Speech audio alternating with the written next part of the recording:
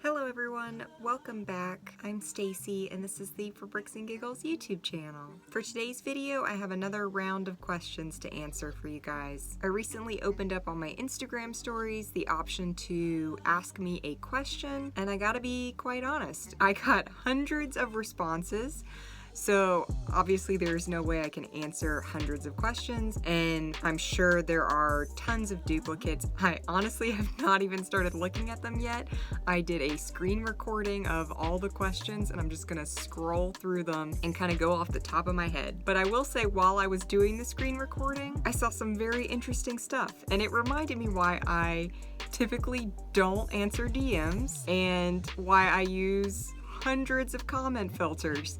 Because sometimes people say some real crazy off-the-wall stuff, and sometimes even scary. So we'll see as I continue to grow if I continue to do this in the future, because allowing for these kind of questions sometimes gets a little weird and scary. So let's get started. Okay, first question. This person asks, will you follow me back? I have cool Lego too. You've probably noticed I don't follow a lot of people on Instagram, TikTok, anywhere, honestly. It's actually a very low number of even Lego related accounts that I follow. And this is not because I don't want to support other people.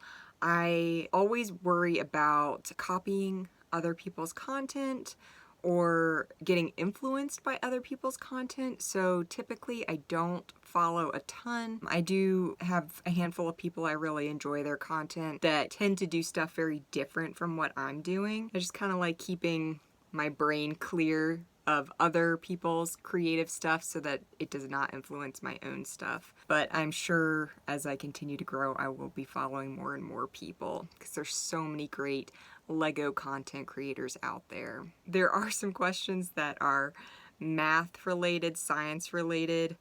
I'm not gonna attempt any of those. This person asked what my all-time favorite set is. I think I answered that in my last one, but I would say probably the airport shuttle, which I don't have. That's a bucket list, top one bucket list set. This person asked, would you ever date a Red Sox fan? It seems unlikely. You'd have to have a very impressive Lego collection for me to agree to that one. Do you have any Lego Overwatch sets? I don't. I actually missed out on that theme altogether. I think it's done, as far as I remember. If it's not, then I might get something in the future, but I did not get any of those sets when they came out. This person asked favorite Star Wars set. Probably the Super Star Destroyer because it's one that I actually own. It's a little more on the rare side, I think. It was such a cool story of getting it too, so probably that one. Someone asked what the meaning of life is. Obviously Lego. You're asking me, I'm probably gonna say Lego.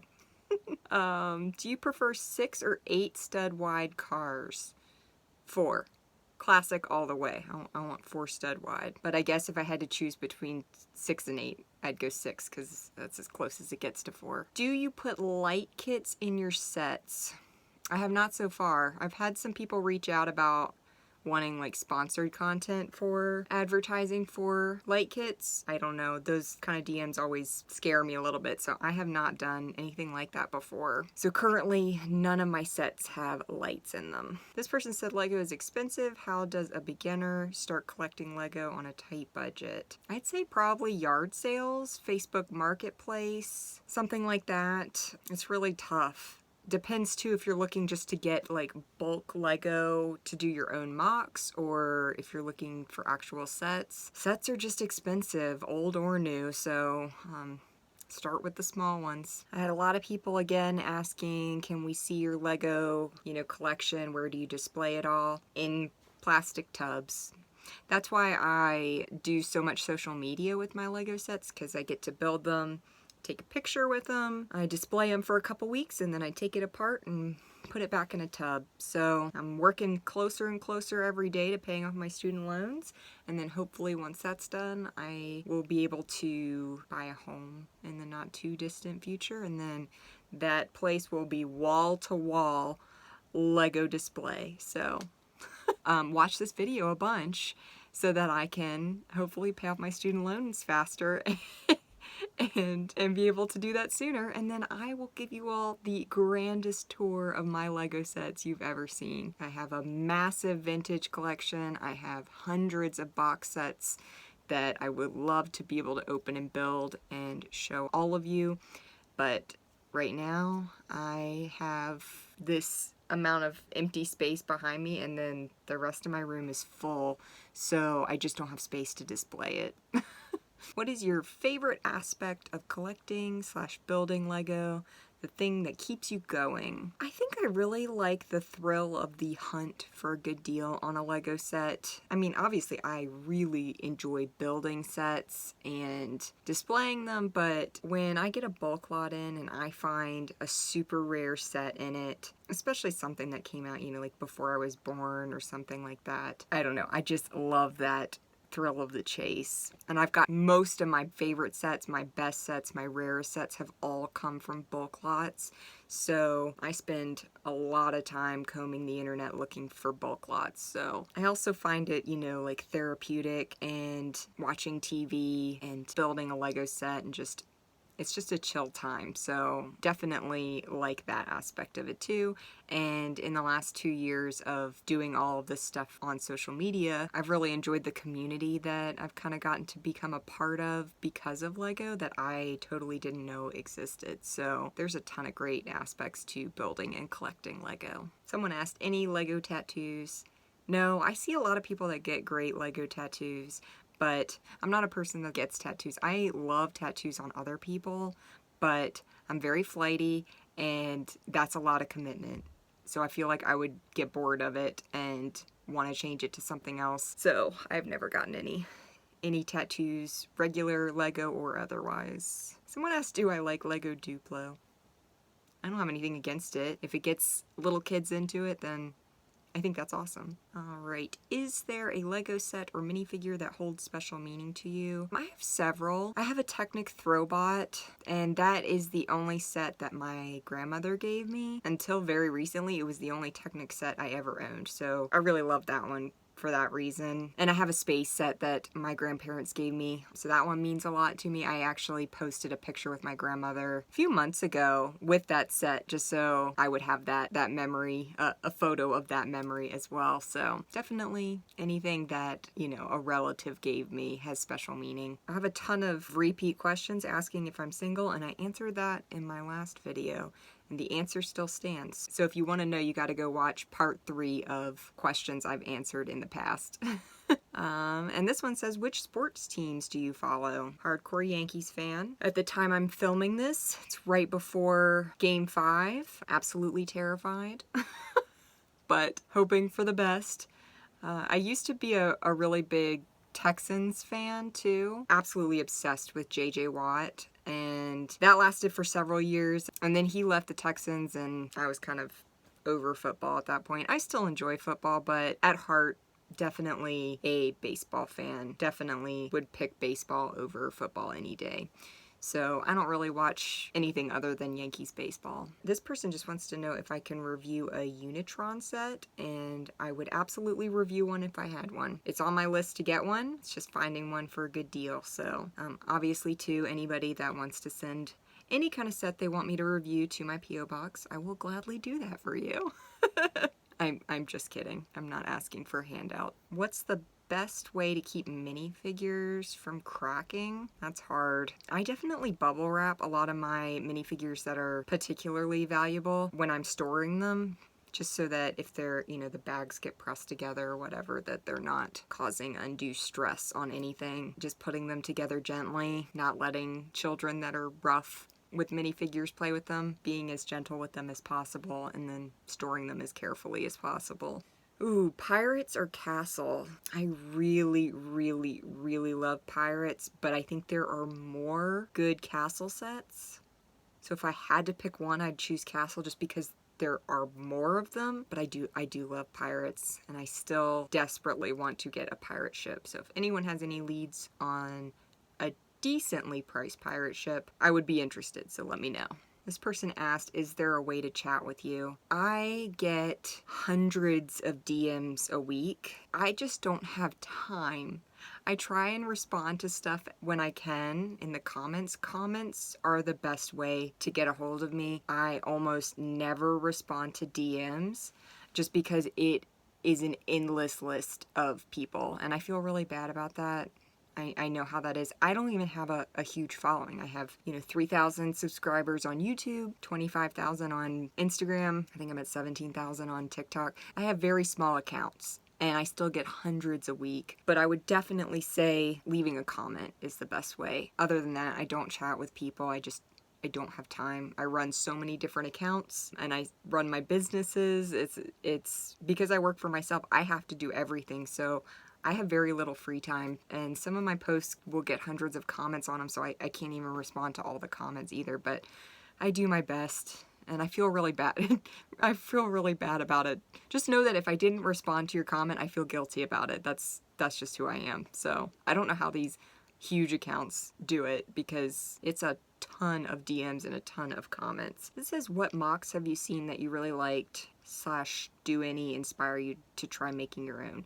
Someone has like a gigantic Hogwarts like movable staircase set. It's got like all the paintings on the walls, and the staircases, like you said, they all move. I have no idea who created it, but every so often it'll pop up in my feed, and it's like the coolest thing I've ever seen. But I don't really do a whole lot of mocks other than my little Christmas ornaments. I love making those. I love coming up with new ideas for those, and when they sell, it feels like Christmas morning to me. I get so excited. As much as I love selling on BrickLink, definitely my heart lies with the Christmas ornaments I make, because I spend so much time designing those. This is like my dream come true. When I was growing up and people would ask me what I wanted to do when I was a kid, first of all, I was like, I want to be a mom. I used to tell people that, and they're like, that's not a career. And I'm like, yes, it is.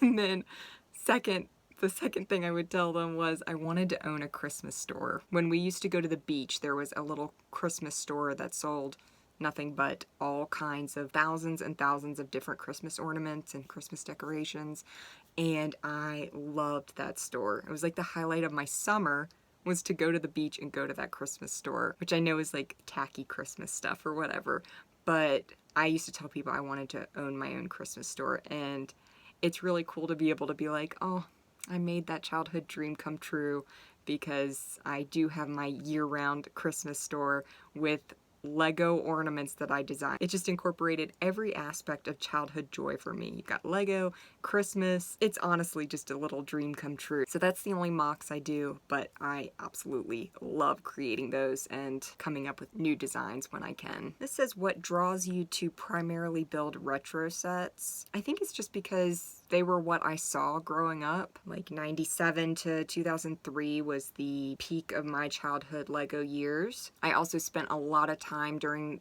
those years, at least the later ones, on eBay looking at sets that came out before I was even born. On my mom's eBay account, she would, let me bid on stuff once she approved it. And so I spent so much time looking at vintage sets when I was a kid. I just really am drawn to those a lot more than current stuff. This question asks, are there any major differences between instructions for modern and older Lego sets? Yes, definitely. I think instruction manuals now are definitely better in the sense that they're much easier to read. They tell you for each section exactly what pieces you need, sometimes as little as one piece per, little instruction unit. If you look at old manuals, it doesn't tell you the pieces you need. You just look at the page and try to make sure you get all of the ones that are on there. They're usually super short. I mean, you could have a dozen or more pieces per instruction unit. I mean, instruction manuals used to be like a couple of pages long. I think they've definitely made some great improvements to the manuals, and they kind of had to, because sets are so many more pieces now. It would be absolute chaos. I love that Lego has started uploading a bunch of their older instruction manuals to the website. That is awesome. But yeah, definitely a huge difference from old Lego instruction manuals to current ones. How long have you been collecting Lego? I've been saying 25 years because I'm 30 and I got my first set when I was like 4 or 5, and I really didn't stop between that time and now. Favorite Lego era and theme? Era, I'd have to say 90s. 80s is really good too. Honestly, anything between 1980 and 2006 I think is great. There were also some great ones around like 2010 to 2013. So really, basically once they stopped making 4-digit sets, that's kind of the cutoff for me. But if I picked just like a 10-year era, I guess it would be the 90s, or like 94 to 2004, you know, that kind of era, because I really love the adventurers too. And I think probably adventurers would be my favorite theme. I don't actually have a ton of the adventurer sets, and they're so expensive to get now, but I think they have some of the greatest sets: the Amazon Ancient Ruins, the Pharaoh's Forbidden Ruins, the Dino sets, all of the Orient Expedition sets, like the Dragon Fortress. They're all phenomenal. I know you all were probably expecting me to say Belleville or Harry Potter, but I think it would be Adventurers. I also love Castle and Pirates. It's so hard to pick just one. This says, we all ask about Lego, but how have you been lately? That's really nice. I've been good.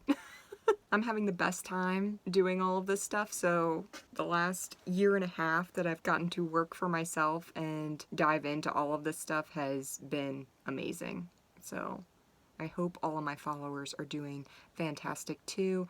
I did see some comments that were a little on the sad side that were saying, you know, they've been having a hard time and that kind of thing. And I know we all go through stuff, and I try and only post fun, happy, upbeat stuff, but I know everyone knows behind the scenes sometimes things are not that great. So I really hope everyone is doing well. I am. I'm looking forward to the holidays. I can't believe, you know, we're like 2 months away from Christmas. The end of the year goes so fast. It can be overwhelming. So everyone just take care of yourselves. Enjoy building some Lego. I know I'm going to start building my holiday town here soon. I'm super excited about that. I got through, you know, a handful of questions. I really did get hundreds of responses.